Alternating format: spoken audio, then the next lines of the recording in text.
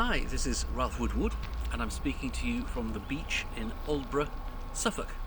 And the reason for that is that on March the 7th, 2026, in Ely Cathedral, I, along with quite a lot of friends, will be performing the War Requiem by Benjamin Britten, a composer whose association with Aldborough is of course very famous. So Britten grew up in Lowestoft, a few miles up the coast, and after various travels ended up back in Aldborough, where he lived really for the last 30 years of his life.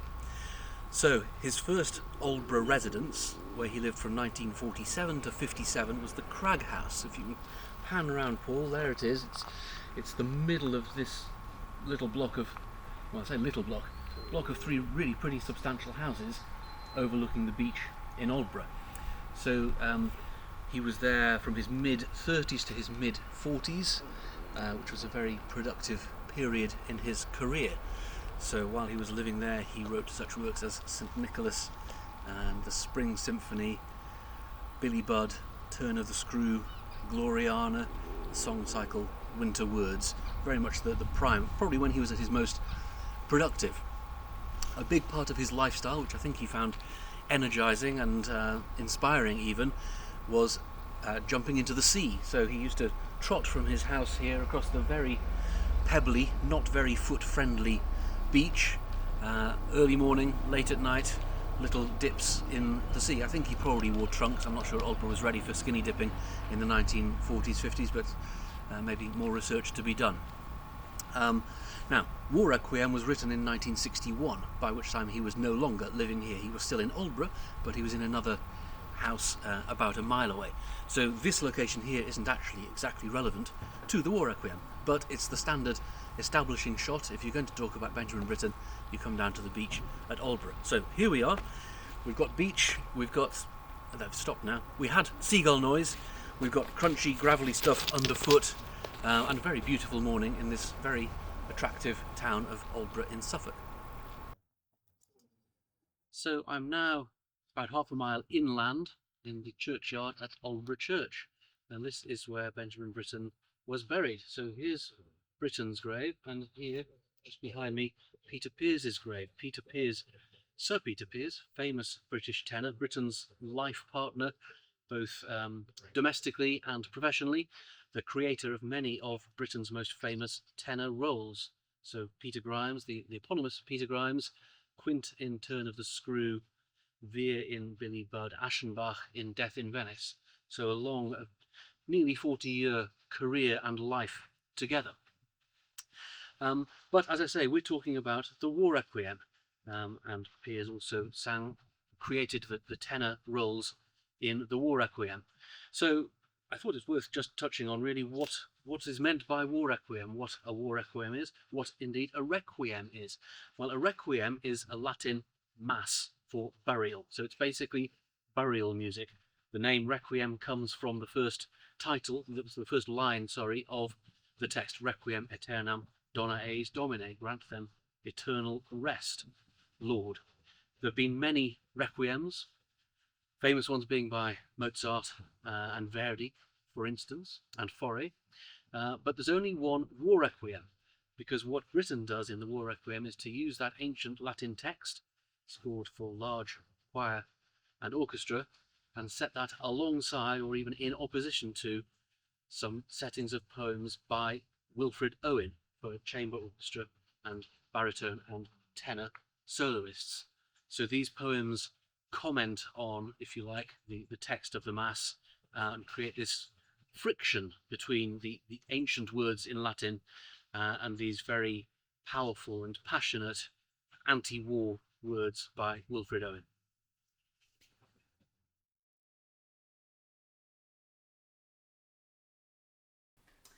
I'm very privileged now to be standing in front of Benjamin Britten's composition desk in his studio. So when Britten and Perse moved to the Red House in 1957, the main house and a collection of agricultural outbuildings. So we're now on the first floor in what used to be a hayloft, which Britten, within the first year of living here, converted into a little composition studio and indeed rehearsal space. So there is film of, or certainly photographs of him and Rostropovich rehearsing the cello sonata here in 1961. and quite a lot of his major works between 1957 and the end of his life were written here. In the last few years of his life, he did more composition in his rural retreat in Horham, up near the Norfolk border. I know it seems strange to need a rural retreat from what feels a bit like a rural retreat in itself, but that's the way it worked. But nonetheless, through the 1960s, a lot of his major works were kind of originated, or at least committed to paper, in this room. So thinking about Midsummer Night's Dream and the church parables, and particularly relevant to us, the War Requiem. So it was a lovely space. The desk was set up here, Britten sometimes facing the window, sometimes he had it at 90 degrees with his back to the camera as you're looking at it now. He complained jokingly about being distracted by the wonderful view out across the garden, how that might have sometimes slowed him down, but it didn't seem to slow him down to a damaging extent. In fact, Britten did a lot of his composing in his head, not necessarily at the desk. Nonetheless, the desk was primarily where he wrote his music down. There is a piano here, which he used for rehearsals, and I think he did occasionally try things out at the piano, but his internal ear was so strong and his memory so good that he could plan out and imagine very clearly in his head large sections of work without needing anything, without even at that stage needing a piece of paper. Then the process would be to come to the desk and start actually writing stuff down. The War Requiem came about as the result of a commission from Coventry Cathedral. The old Coventry Cathedral was destroyed, pretty much destroyed, by a Luftwaffe raid in 1940. And after the war, there were great plans, new plans were drawn up for a new Coventry Cathedral to be consecrated in 1962. And in 1958, Britten was approached with a fairly open brief. They certainly had in mind a fairly large-scale work, but the whole inspiration, the idea of the War Requiem was very much Britten's own. So that this collision of the Latin Mass and the Wilfred Owen poems, I think, took shape gradually in his mind, and then composition started in earnest in about April of 1961, a little burst before the festival, then a bit more in the summer and a bit more in the autumn, and he finished the composition draft, which is the main stage of composition for him, just before Christmas 1961, and then pieced together the full score, completing it in January 1962. And the premiere was May the 30th, 1962, in Coventry Cathedral, and quite an amazing occasion, I think it was. I'm now in the library at the Red House. This was originally a barn, and it was converted in 1963 to act as the library stroke rehearsal space for Britten.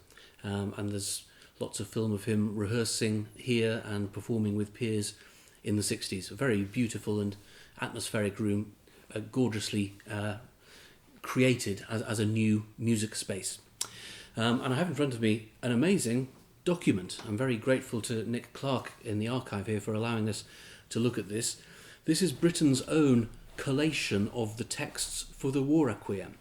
So it's a notebook. I'll talk more about the notebook in a second, but it's open here at a page. It's got in Britten's writing in pencil on the left-hand side the words of the Sanctus and the Agnus Dei from the Latin Mass, and on the right-hand side the Owen poems that kind of fit into that point in the Requiem. So the whole of the text of the Latin Mass and all of the Owen poems, including ones that in the end were not used, are written down here.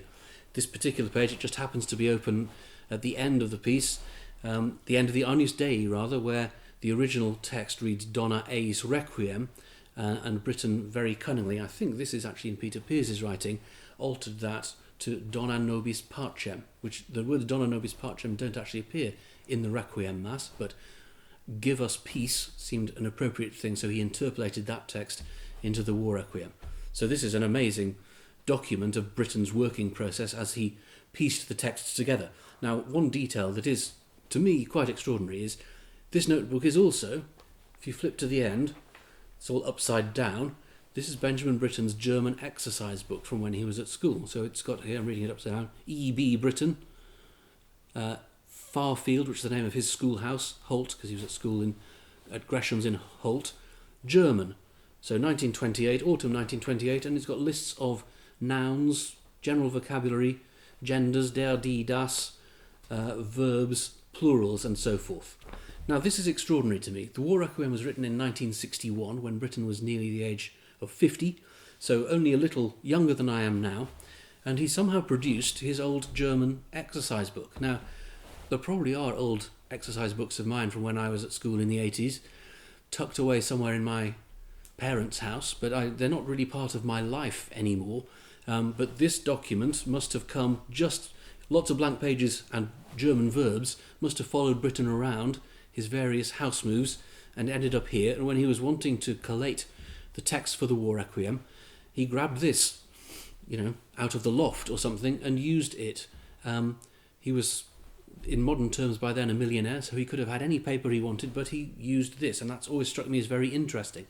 I can only assume that on some level he was wanting to take himself back to childhood in a way, to connect with the younger version of himself, that perhaps that's where, on some level, inspiration lived. Anyway, here it is, text of the War Requiem, and just in case you want to check on them while you're writing your masterpiece, German verbs. And I'm very privileged now to have in front of me something I've never seen before, which is the composition draft of Britain's, I suppose maybe Britain's most famous work, his groundbreaking opera Peter Grimes, written in 1944-5. So here it is. It's quite a thick document. I've got it open at the first page of the prologue here. It's written in pencil, very clear. You could easily sit down and play from this now. Largely pencil, as I say. Things like characters' names and stage directions are in red pencil. There's a particular technique of Britten's in the physical writing of his scores that does make them especially clear, namely that notes that are on a line, he tends to do a vertical or diagonal stroke for the note head, whereas notes that are in spaces, he does a horizontal line. And this just keeps it really clear. So even if I was sitting down at a piano reading this, there'd be very few occasions where I was wondering if it was an A or a G, because it's just so clear. That was all part of Britten's amazing professionalism. So I'm amazed to be allowed to look at this. I was especially amazed to be allowed to turn the first page. But here it is, Peter Grimes. So I'm now in the archive, which is across the garden from the main part of the Red House. This is a wonderful building completed in 2013, where an awful lot of Britten-related material is. So the first thing I have in front of me here is Britten's copy of the Poems of Wilfred Owen. It's got Britten's name and the Peter Perse and Benjamin Britten book plate in the front. And I've got it open here to Strange Meeting, which is the last Owen poem that features in the War Requiem. And as you can see, if you look at it, there are little bits of evidence here of Britten's work, and Britten's turning this into part of the War Requiem, in that there's a place where he's crossed out 4 lines and he interpolates instead a couple of lines from a previous draft of Owen's, and they're lines that in the end do feature in the War Requiem, and a tiny alteration. Instead of the line "to miss the march of this retreating world," we end up, as annotated here, with "miss we the march of this retreating world." Again, that's to sort of paper over a gap where a couple of lines have been omitted. So what's going on here really, in terms of Britten's response to this, is he's just snipping out little bits here and there to make it even more compact for musical setting, whereas obviously he's remaining extremely true and loyal to what Owen is saying. So I don't regard it as taking liberties so much as just making it even more brilliantly tailored for a dramatic musical setting. So we have here the very significant correspondence between Britten and Coventry Cathedral. So this folder here, this is Britten to Coventry Cathedral. So this letter that's on the top, dated October 1958, is basically Britten saying, yes, I accept the commission, and the last line is, and shall do my best to turn out something worthy of it in haste, yours ever. So that's Britten to Coventry, and a kind of a twin pack, if you like. Here is Coventry to Britten, another fairly lengthy, voluminous stuff here. We were talking a little bit off camera now about how email has changed the speed of correspondence. Well, in this case, the letter from Coventry was dated October the 7th, and Britten's reply was dated October the 8th. So that tells us that the post was pretty quick, and Britten didn't take very long to think about it before saying yes. So this is actually on BBC headed notepaper, because it was his friend John Lowe, who worked at the BBC, who had a connection, involvement with Coventry, who sort of brokered the deal initially. So there's all that. Someone ought to write a book with all this stuff in, because the whole correspondence, I'm sure, is fascinating. So that's that.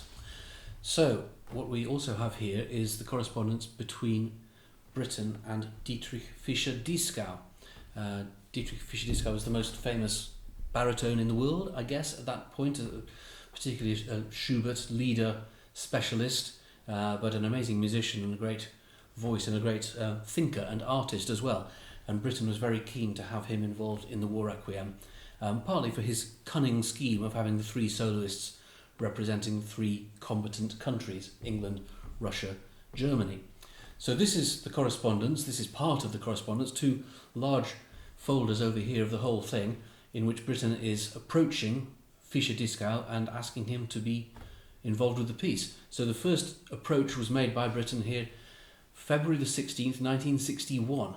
So that's very early in the piece's gestation. He'd been thinking about it for a couple of years, but probably hadn't actually written down any music yet at this point, but knew how he had his plan. So that was sent on February the 16th, and then March the 1st, back from Berlin comes a letter from Dietrich Fischer-Dieskau saying, well, more or less saying yes, slightly complicated, sort of assuming dates work out, talk to my agent, etc. Written very elegant, formal English. So he finishes, "Thank you once again for your honourable request.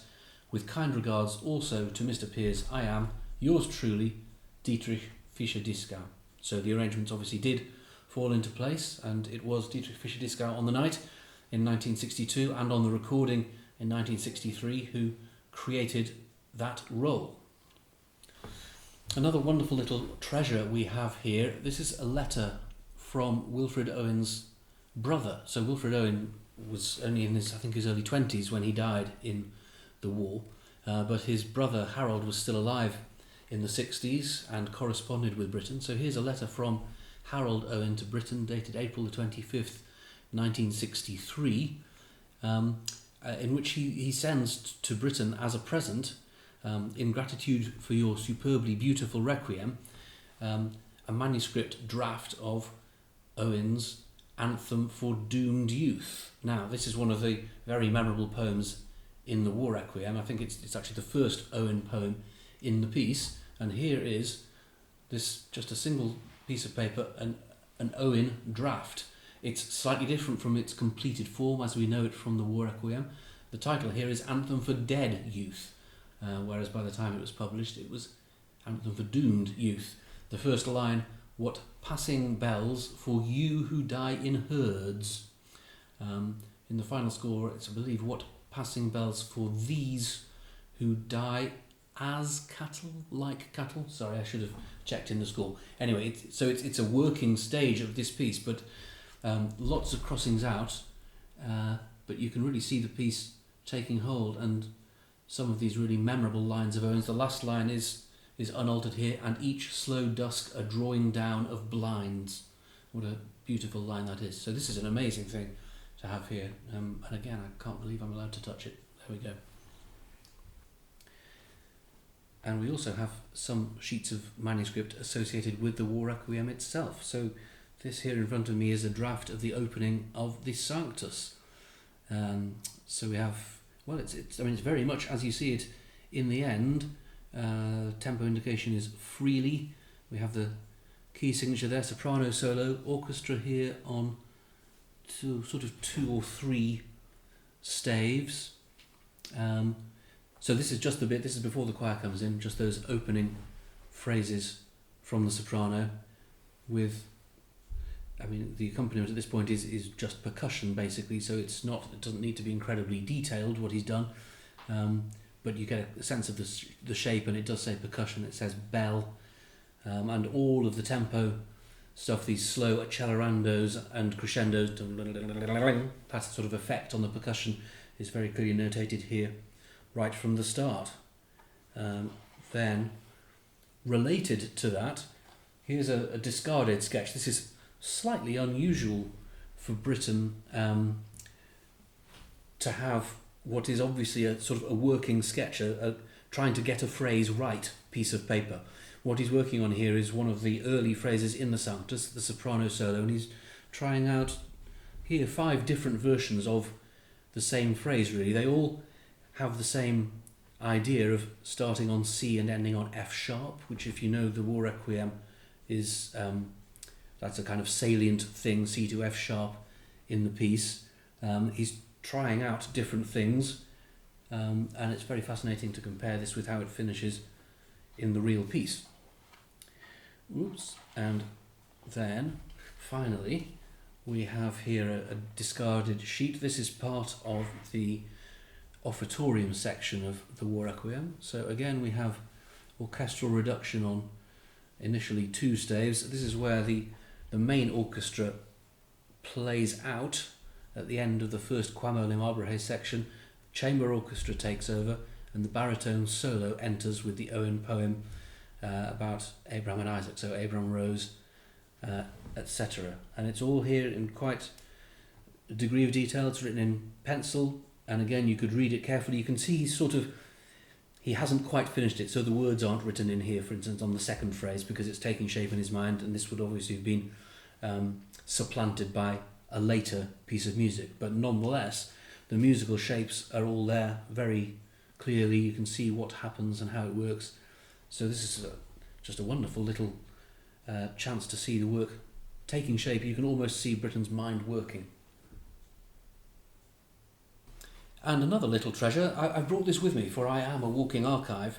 This is my vocal score of the War Requiem, which years ago, was probably at least 20 years ago, I was involved in performances of it in Snape, and Rosamund Strode was still around. Now I should explain who Rosamund Strode was. She was one of Britten's assistants, but a very major one. She initially assisted Imogen Holst on various musical stroke secretarial, by which I mean sort of involved in the creation of scores, tasks. So dating back to the 1950s, she was here, and then when Imogen Holst stepped down from that role in 1964, Rosamund took over and kept doing it for the rest of Britten's life, and she was still very much in evidence 20 years ago, very chirpy, tiny little person, but very kind of vigorous and supportive and good-humoured, and so I ambushed her at some point and asked her to sign my score of the War Requiem, and she very kindly wrote Rosamund Strode involved.